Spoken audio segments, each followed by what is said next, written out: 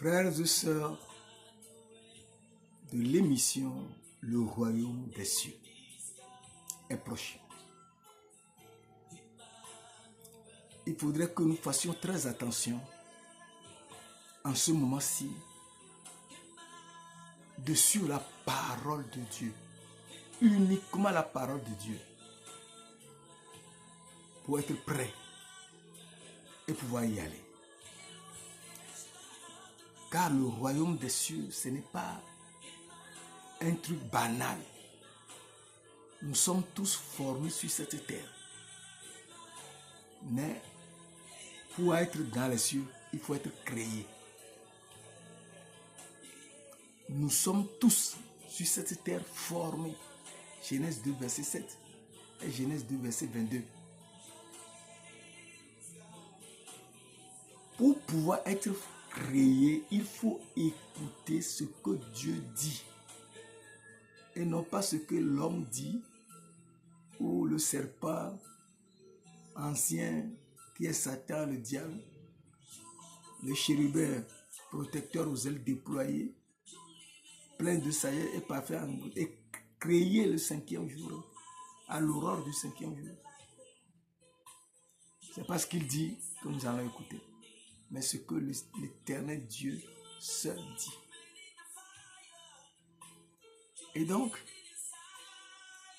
nous devons savoir que pour aller dans les cieux, l'Éternel Dieu s'est créé lui-même, moi, la sagesse. Et il faudrait que moi, la sagesse, soit en nous. Et que nous soyons en elle. Afin de pouvoir aller dans les cieux. Alors, Proverbe 8, verset 12 nous dit, moi la sagesse, j'ai pour demeure le discernement. Et je possède la science de la réflexion. Verset 22-23, l'Éternel m'a créé, la première de ses œuvres, avant ses œuvres les plus anciennes. Donc nous comprenons que moi la sagesse est la première des œuvres créées par l'Éternel. Et moi la sagesse, ce qui est important ici, c'est l'homme. C'est l'homme qui a tout créé. Et nous sommes tous sur cette terre en lui. Colossiens 1, verset 16-17 nous dit, car en lui ont été créées toutes les choses qui sont dans les cieux et sur la terre. Trône, domination, autorité. Et tout a été créé pour lui et par lui. Nous comprenons que c'est en lui que tout a été créé sur la terre, dans les cieux et sur la terre. Nous sommes sur la terre, donc nous sommes créés quelque part en lui. En lui. On ne peut pas être en dehors de lui, puisque c'est lui qui a créé les cieux et la terre. Et donc, nous comprenons que sans moi la sagesse, nous ne pouvons rien. Les hommes commençant, après la chute d'Adam et Ève, dans le jardin d'Éden où Dieu les a chassés, ils ont commencé à adorer les idoles, à faire des choses impossibles. Et Dieu a décidé de détruire toute la terre. Mais quelqu'un avait trouvé grâce aux yeux de l'Éternel. C'était Noé. Et Noé devait tout faire pour chercher moi la sagesse. C'est très important, cette notion. Alors ce matin, nous voulons faire l'étude sur moi la sagesse.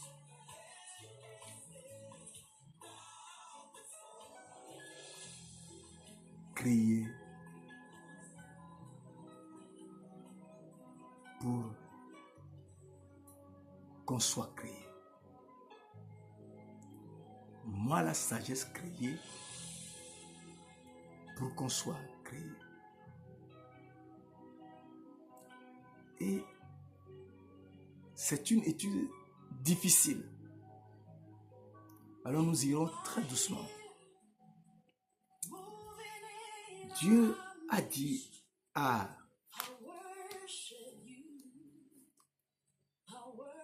Noé, dans Genèse 6, versets 17 à 18, et moi, je vais faire venir le déluge sur la terre pour détruire toute chair ayant souffle de vie sous le ciel. Tout ce qui est sur la terre périra. Tout ce qui est sur la terre périra. Verset 18. Mais j'établis mon alliance avec toi. Donc, nous comprenons que c'est Dieu qui a fait une alliance avec Noé. Et Noé doit tout faire pour connaître cette alliance et ne pas l'oublier. Mais après un an, 10 jours, dans l'arche, quand ils sont sortis et la terre était ferme, Noé avait oublié. Et ayant oublié cela, Noé a fait à l'Éternel un sacrifice. Et nous devons savoir que il n'est pas question de faire notre volonté à Dieu. Ce qu'il dit, c'est ce que nous devons faire. C'est très important de le savoir. Si on ne fait pas l'effort de suivre la parole de Dieu pour comprendre tant soit peu ce qu'il veut, on ne peut pas tout comprendre. Mais ce qu'il veut, on nous montre un petit aspect. Si on ne fait pas l'effort de comprendre ça, on serait perdu. Alors, Dieu, dans sa gloire, nous dit, dans Genèse 9, verset 9, voici, c'est Dieu qui parla à Noé et à ses fils en disant, verset 10, voici, j'établis mon alliance avec vous et votre postérité après vous. Et il faudrait faire l'effort de chercher à connaître cette alliance. Parce que si on ne la connaît pas ou on ne la comprend pas, on est perdu. Car, le verset 11, j'établis mon alliance avec vous. Il le répète. Et dans verset 16, il nous confirme cela encore. À Noé, verset 16. L'arc sera dans la nuit. Je le regarderai pour me souvenir de l'alliance perpétuelle entre Dieu et tous les êtres vivants de toute chair qui est sur la terre. Et donc, nous devons comprendre que Dieu a fait une alliance perpétuelle entre lui-même et tous les habitants de la terre. Noé doit donc chercher à connaître cette alliance. Ne l'ayant pas fait, eh bien, il a tout simplement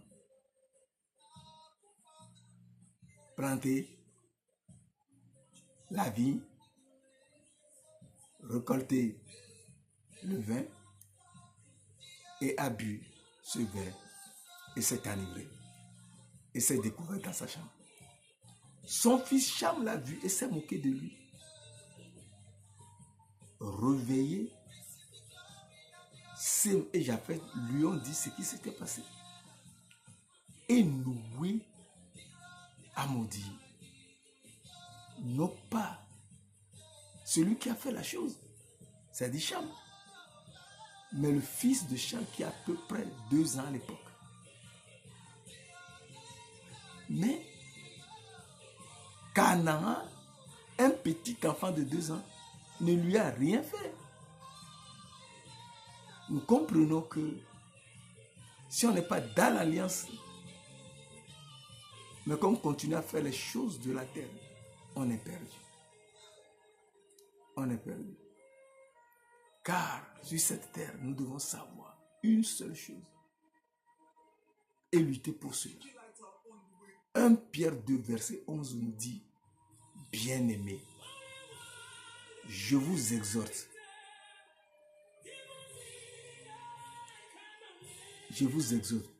comme étrangers et voyageurs sur la terre, à vous abstenir des convoitises charnelles qui font la guerre à votre âme.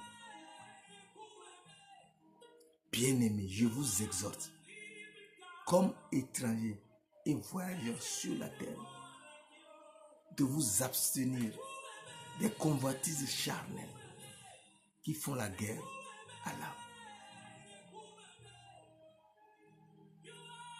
Quand on ne est préoccupé par les convoitises charnelles, je veux être ceci, je veux avoir cela, et tout un tas de choses, ça fait la guerre à notre âme, on ne sait même pas. Et on chute. Or, notre âme invisible, c'est ça qui est la femme du Créateur. Et donc, Noé a chuté car il a bu du vin de la terre et a maudit. Or Dieu a dit qui ne maudira plus. Qui ne maudira pas. Et donc, nous devons savoir que ce que Dieu dit, c'est ce qu'il nous faut faire. Car si nous ne faisons pas ce qu'il dit, nous sommes perdus. Alors, moi la sagesse, fais l'alliance avec lui. Et nous devons tout faire pour connaître cette alliance. Et moi la sagesse, sans moi, nous devons savoir, sans moi la sagesse, nous ne pouvons rien faire. Ah, oui, sans moi la sagesse, nous ne pouvons rien faire. Alors, dans Jean 15, verset, dans Jean 15,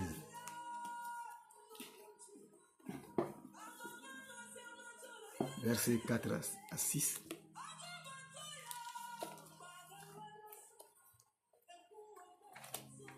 La parole de Dieu nous dit: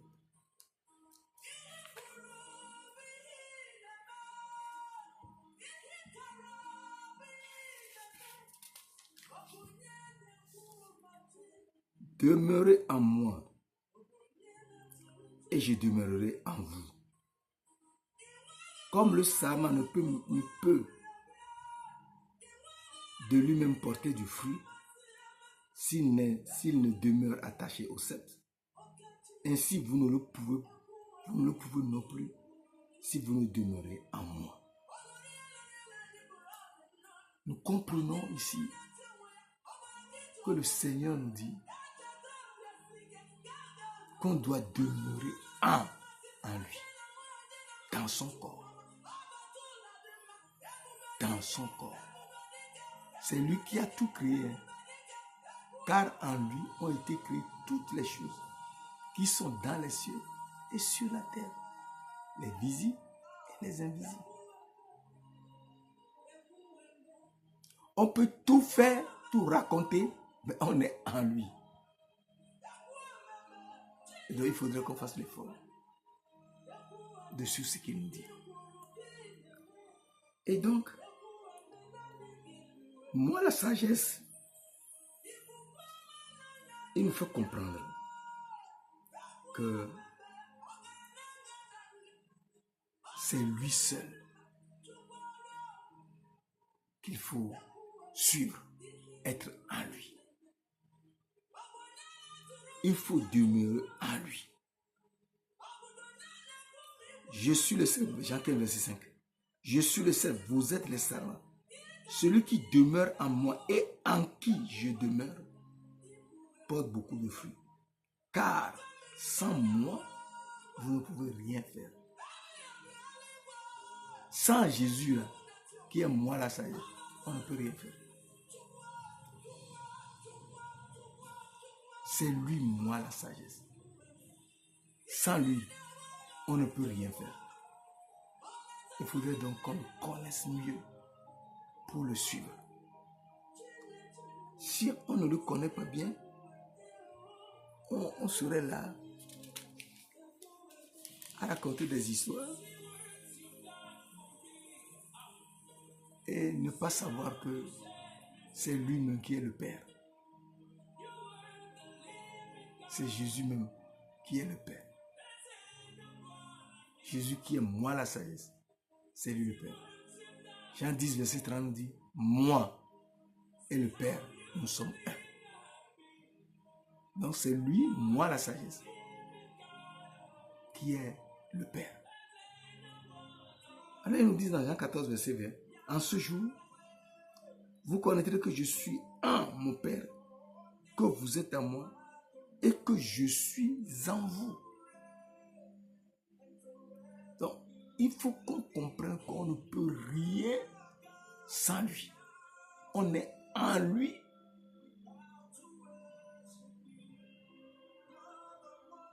Et lui-même, en ce jour, vous connaîtrez que je suis en mon Père, que vous êtes en moi et que je suis en vous. Donc, si nous devons être en lui, c'est lui le corps et nous les âmes invisibles. Nous serons dans ce corps. Et lui qui est l'esprit, merci Cédric, sera en notre âme. Ce n'est qu'à ce moment qu'on parlera de l'Esprit de Dieu en nous. Parce qu'il est très important de savoir que Jésus nous dit dans Matthieu 19, verset 4-5, n'avez-vous pas lu que le Créateur, au commencement, fit l'homme et la femme, et qu'il dit, c'est pourquoi l'homme quittera son père et sa mère, et s'attachera à sa femme, et les deux deviendront une seule chair. Donc, l'homme s'attachera à sa femme. Cet homme est la chair et la femme est l'âme dans la chair. C'est pourquoi cet homme qui est la parole a été faite chair. Et la parole, Jean 1, verset 14, et la parole a été faite chair. Elle a habité parmi nous pleine de grâce et de vérité. Et c'est Jésus-Christ qui est venu avec la grâce et la vérité. Et Jésus-Christ qui est venu avec la grâce et la vérité nous montre que personne n'a jamais vu le Père. Le Fils unique qui est dans le sein du Père est celui qui l'a fait connaître. S'il est dans le sein du Père, il est l'âme du Père. Voilà. Et donc, nous comprenons que l'âme de Dieu est venue pour chercher les âmes perdues. C'est moi, la sagesse créée, qui est venue nous montrer comment entrer dans l'alliance de Dieu.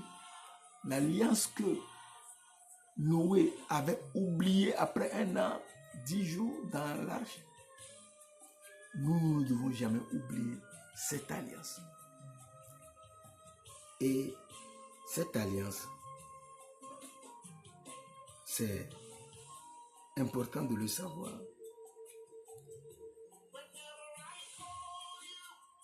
Il nous dit dans AG 8,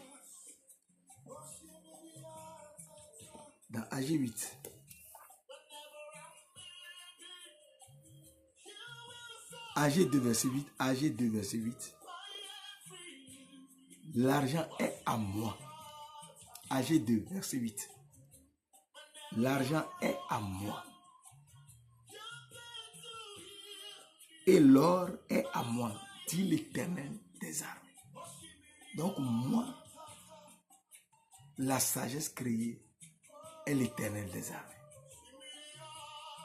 Ah, oui, c'est l'Éternel des armées. L'Éternel des armées. Et c'est très important.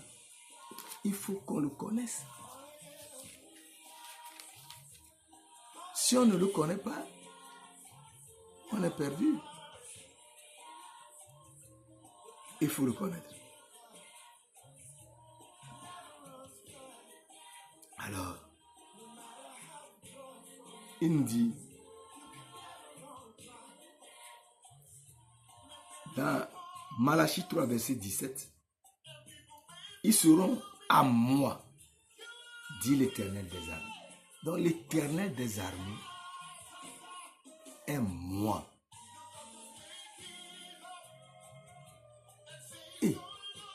Et moi, oui, c'est lui, moi. Or, l'Éternel des armées est saint, saint, saint. Et il est venu pour sauver ceux qui sont pour lui. Et ceux qui le cherchent. Et il se révèle à ceux-là. Si on le cherche, on le trouvera. Il faudrait qu'on fasse l'effort pour le chercher, car nous sommes son épouse. Est-ce que tu sais ça? Ce que je viens de te lire dans Matthieu 19, versets 4 à 5, l'homme et la femme, au commencement, où il n'y avait rien, au commencement, avant la création, Dieu, l'éternel Dieu, le Créateur, qui s'est créé, moi, la sagesse, et qui est l'homme, s'est créé pour sa femme. Et oui. Et donc, Ésaïe 54, verset 5, car ton Créateur est ton époux. L'Éternel des armées est son nom. Le Créateur est notre époux. L'Éternel des armées est son nom. Il faut donc faire tout pour plaire à notre Créateur, pour être créé et pouvoir être son époux. Nous verrons comment nous pouvons faire pour entrer dans cette alliance avec le Créateur, pour pouvoir devenir son époux. C'est très important. C'est le moment de faire des études très approfondies pour être dans sa grâce. Amen.